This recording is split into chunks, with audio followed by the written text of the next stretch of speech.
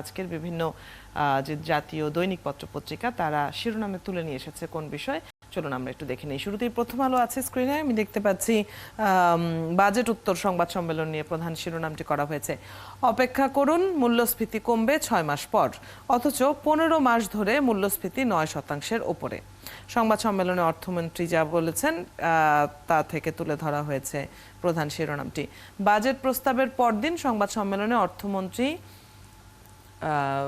Budget বললেন যে কালো টাকা সাদা করার সুযোগ, মূল্যস্ফীতি সহ বিভিন্ন প্রশ্নের জবাব তিনি দিয়েছেন। ব্যয় আরও বাড়বে, জীবন কঠিন হবে মধ্যবিত্তের, আছে এরকম শিরোনাম। খেলাপি ঋণ মোটা তাজাকরণ কর্মসূচির সাফল্যে অভিনন্দন, এটা একটা বিশ্লেষণ উঠে এসেছে। অভিমতে দেখতে পাচ্ছি বাজেট যৌক্তিক ও বাস্তবোচিত, এছাড়াও খেলাপিদের ধরতে পদক্ষেপ নেই, এই দুই ধরনেরই অভিমত উঠে এসেছে। বাজেট উত্তর সিপিডির ব্রিফিংও হয়েছে, সেই প্রসঙ্গেও আমরা শিরোনাম দেখতে পাচ্ছি বাজেটের পদক্ষেপে মূল্যস্ফীতি কমবে না, সিপিডি বলছে এমনটা। শপথের আগে মোদির কণ্ঠে জোট বন্দনার বিষয়টিও আছে দেখতে পাচ্ছি। এছাড়া ভিন্ন আরও একটি বিষয় নিয়ে শিরোনাম, সেটি হচ্ছে শুধুই একটা অঘটন নাকি নতুন যুগের সূচনা, সেটা খেলা প্রসঙ্গে শিরোনামটি করা হয়েছে, যেহেতু আজকের খেলায় চোখ থাকবে সবারই। প্রথম আলোর প্রথম পাতা আমরা দেখে নিলাম দর্শক। এরপর দেখছি সমকালের শিরোনামে উঠে এসেছে ডিসেম্বরের মধ্যে কমে আসবে মূল্যস্ফীতি, আশ্বস্ত করেছেন অর্থমন্ত্রী, তা নিয়েই শিরোনামটি হয়েছে সমকালেও। বেনজিরের কালো টাকা সাদা করার সুযোগ নেই, এনবিআর চেয়ারম্যান এই কথা বলেছেন, তা শিরোনামে উঠে এসেছে। অবৈধ অর্থ ব্যাংকে আনতে কালো টাকা সাদার সুযোগ। 6 দফা দিবসের আলোচনায় প্রধানমন্ত্রী কি বলেছেন সেই প্রসঙ্গগুলো তুলে ধরেও একটি শিরোনাম করা হয়েছে। এছাড়া বাজেট নিয়ে আরও কিছু খবর আছে। বাজেট মূল্যস্ফীতিকে উস্কে দিতে পারে, সিপিডির যে পর্যালোচনা সেটি উঠে এসেছে সমকালেরও শিরোনামে। করমুক্ত আয়ের সীমা বাড়ানো উচিত ছিল, এই ধরনের অভিমত উঠে এসেছে। বয়কটের হুমকিতে নীরব গভর্নর, আছে এরকম একটি শিরোনাম। এছাড়া ভিন্ন প্রসঙ্গের যে শিরোনাম তাও দেখে নিচ্ছি। জেনেভা ক্যাম্পে লাইন ধরে মাদক কেনা বেচা নিয়ে একটি শিরোনাম দেখতে পাচ্ছি আছে। জাপান পুলিশের হটলাইনে পারভিনের ফোন নিয়ে একটি ভিন্নধর্মী শিরোনাম আছে। মোটামুটি সমকালের প্রথম পাতার খবরগুলো আমরা চোখ বুলিয়ে নিলাম। এরপর দেখছি যুগান্তরের শিরোনাম,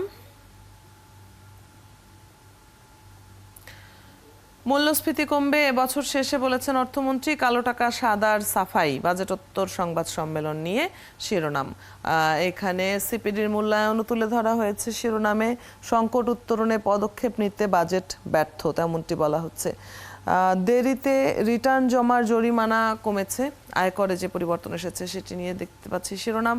সুদহার বাজার ভিত্তিক করার প্রস্তাব, 1 মাসের ব্যবধানে বৃদ্ধি 2 থেকে 4%, আছে এটি নিয়ে শিরোনাম। এছাড়া মাছ ধরতে আধার দিতে হয়, কালো টাকা সাদা করার সুযোগ প্রসঙ্গে বলেছেন প্রধানমন্ত্রী, তা নিয়ে একটি শিরোনাম দেখতে পাচ্ছি।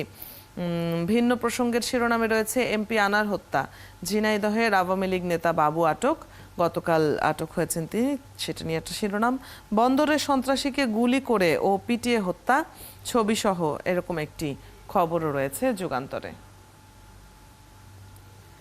এর পরবর্তী পত্রিকাটি দেখব, কালের কণ্ঠ, শিরোনাম করেছে মূল্যস্ফীতি কমাতে সংকোচন নীতি, বাজেটোত্তর সংবাদ সম্মেলনে বলেছেন অর্থমন্ত্রী। এছাড়া শুদ্ধ করের চাপে মধ্যবিত্তের ব্যয় বাড়বে, এই প্রসঙ্গটি উঠে এসেছে কালের কণ্ঠেরও শিরোনামে।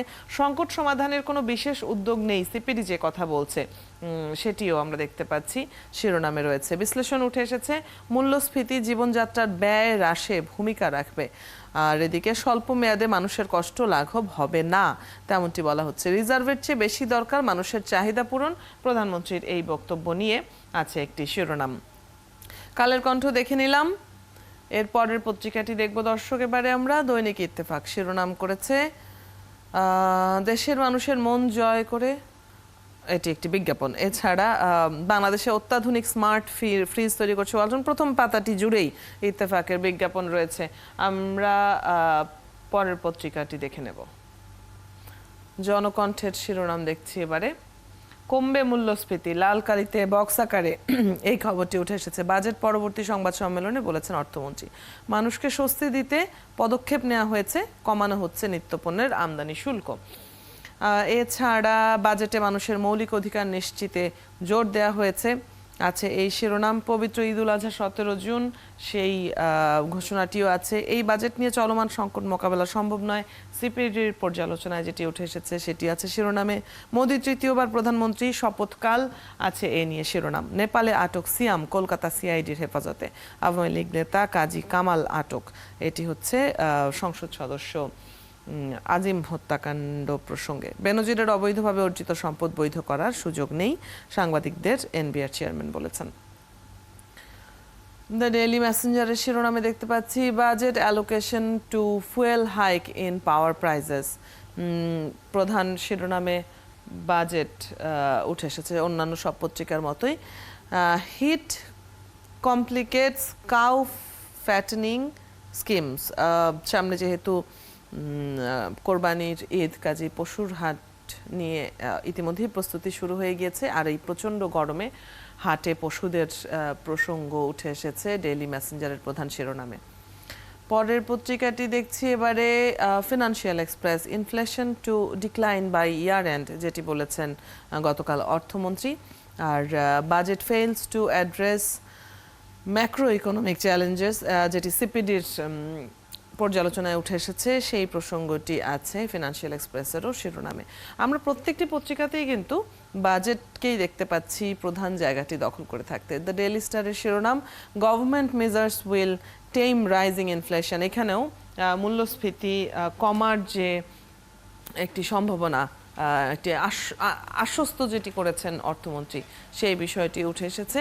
এছাড়াও ডেইলি স্টারের শিরোনামে আরও বেশ কিছু খবর আছে, যার মধ্যে no concrete steps to address inflation, যেটি সিপিডির খবরে উঠে এসেছে, সেটি আমরা দেখতে পাচ্ছি।